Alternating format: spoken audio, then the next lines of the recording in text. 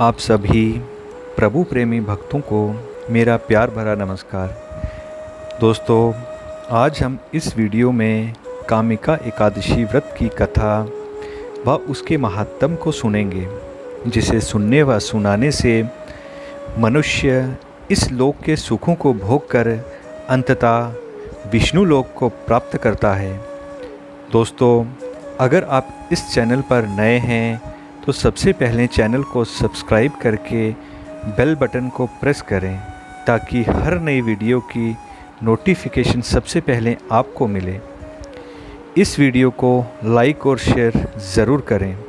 तो चलिए दोस्तों, अब हम एकाग्रचित्त होकर कथा का श्रवण करते हैं। दोस्तों, श्रावण मास में कृष्ण पक्ष में आने वाली एकादशी को कामिका एकादशी कहते हैं। इसे पवित्र एकादशी के नाम से भी जाना जाता है, जो कि इस बार 4 अगस्त दिन बुधवार को आ रही है।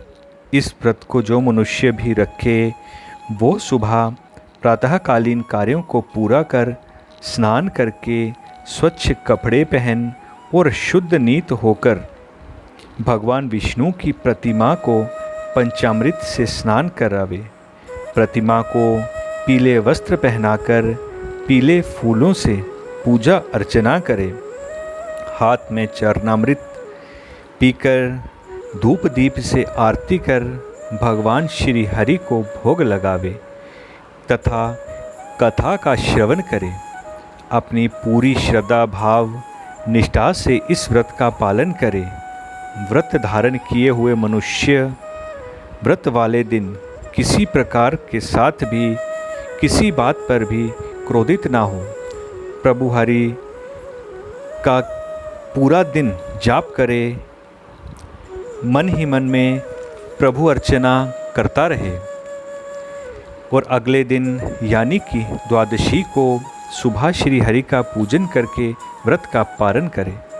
तो दोस्तों, आइए अब हम सब इस व्रत की कथा का महत्व को सुनते हैं। भगवान श्री कृष्ण युधिष्ठिर को कामिका एकादशी व्रत का महत्व बताते हैं। कुछ इस प्रकार कहते हैं कि जो भी मनुष्य इस कामिका एकादशी का श्रद्धा के साथ व्रत रखता है उसे अश्वमेघ यज्ञ का फल मिलता है। गोदान करने से भी जितना फल मिलता है उतना ही फल इस कामिका एकादशी के व्रत धारण करने वाले मनुष्यों को मिलता है। जो भी उत्तम मनुष्य श्रीवन में श्री हरि जी का पूजन करता है उस मनुष्य को देवता, गंधर्व, उर्ग, पन्नाग इन सब की पूजा का फल मिल जाता है। इसलिए कामिका एकादशी के दिन श्री हरि का यत्न से पूजन करना चाहिए।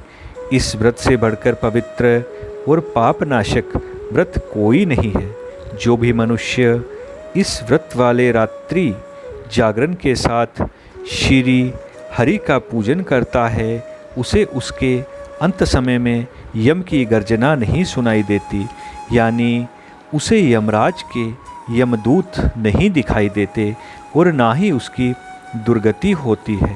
जो भी मनुष्य इस दिन तुलसी के पत्तों से श्री हरि का पूजन करता है वह मनुष्य पापों से हमेशा ऐसे दूर रहता है जैसे कमल का पत्ता पानी से दूर रहता है। जो मनुष्य कामिका एकादशी की व्रत वाली रात्रि में दीप दान करता है उसके इस पुण्य को चित्रगुप्त भी नहीं बता सकता।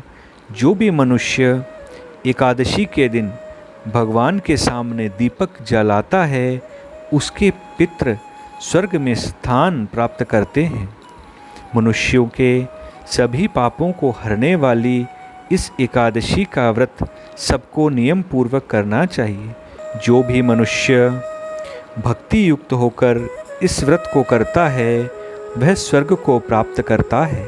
जो भी मनुष्य इस व्रत की कथा को सुनते व सुनाते हैं वह विष्णु लोक को जाते हैं। श्री कृष्ण भगवान ने युधिष्ठिर से बोले, हे युधिष्ठिर, इस व्रत से जुड़ी एक प्राचीन कथा मैं तुम्हें सुनाता हूँ, तुम ध्यानपूर्वक सुनो। बहुत समय पहले की बात है कि एक गांव में एक ठाकुर रहता था। उसके पास धन धान्य की कोई भी कमी नहीं थी, लेकिन वह बहुत क्रोधित स्वभाव वाला था। एक दिन उस ठाकुर की उसी गांव में रहने वाले एक ब्राह्मण से झगड़ा हो गया।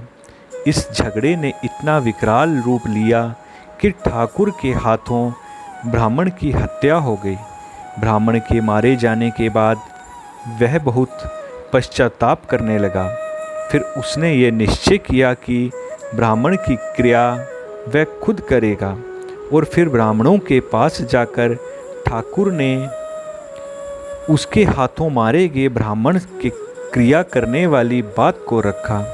तो सब ब्राह्मणों ने उसे मरे हुए ब्राह्मण की क्रिया करने से मना कर दिया और कहा कि हम तेरे घर का अन्न जल ग्रहण नहीं कर सकते, क्योंकि तुमने ब्रह्म हत्या की है। इसका पाप तुझे भुगतना पड़ेगा। वह ठाकुर ब्राह्मणों के पैरों में गिर गया और क्षमा याचना करता हुआ बोला कि मुझसे बहुत बड़ा अपराध हो गया है। हे ब्राह्मण देवताओं, मुझे कोई तो उपाय बताओ जिसके करने से मेरा यह ब्रह्म हत्या का पाप नष्ट हो जाए। ब्राह्मणों ने जब ठाकुर को अपने पैरों में गिरा देखा और इस प्रकार पश्चाताप की अग्नि में जलते देखा, तो ब्राह्मणों को उस पर दया आ गई और सब ब्राह्मणों ने उससे कहा कि तुम श्रवण मास में कृष्ण पक्ष में आने वाली एकादशी यानी कामिका एकादशी का व्रत विधि विधान से करो। वही व्रत तुमको इस ब्रह्म हत्या के पाप से मुक्ति दिला सकता है। तब ठाकुर ने ब्राह्मणों से ही इस व्रत की विधि को समझकर इस कामिका एकादशी व्रत को पूरे विधि विधान और श्रद्धा के साथ किया और रात्रि जागरण पूजा करता हुआ वहीं भगवान श्री हरि की प्रतिमा के पास सो गया। विधि विधान से ठाकुर द्वारा किए गए व्रत पूजन और रात्रि जागरण से खुश होकर भगवान ने उसे सपने में दर्शन दिए और कहा कि ठाकुर, मैं तेरे व्रत पूजन और रात्रि जागरण पूजा से प्रसन्न हूँ और तेरे द्वारा किए गए पाप को मैं नष्ट करता हूँ। अब तू उस ब्राह्मण की तेरवी कर सकता है जो ब्राह्मण तेरे हाथों मारा गया था। भगवान श्री हरि की आज्ञा अनुसार ठाकुर ने ब्राह्मण की तेरवी की और ब्रह्म हत्या जैसे पाप से मुक्ति पाकर अंत में विष्णु लोक को प्राप्त हुआ। इसलिए दोस्तों, कामिका एकादशी का व्रत हम मनुष्यों को ज़रूर पूरी विधि अनुसार और हो सके तो रात्रि जागरण के साथ करना चाहिए। इस व्रत को करने से मनुष्य सब पापों से मुक्त होकर इस लोक के सुखों को भोगकर अंत में विष्णु लोक को जाता है। इसलिए हम सबको इस कामिका एकादशी व्रत को ज़रूर रखना चाहिए, इस लोक और प्रलोक में मुक्ति के लिए। बोले विष्णु भगवान की जय। प्रभु प्रेमियों, भगवान श्री हरि की कृपा आप और आपके परिवार पर हमेशा बनी रहे। आपका घर आंगन हमेशा खुशियों से महकता रहे। इसी प्रार्थना और शुभ कामना के साथ आप सबका बहुत बहुत धन्यवाद। हर हर महादेव।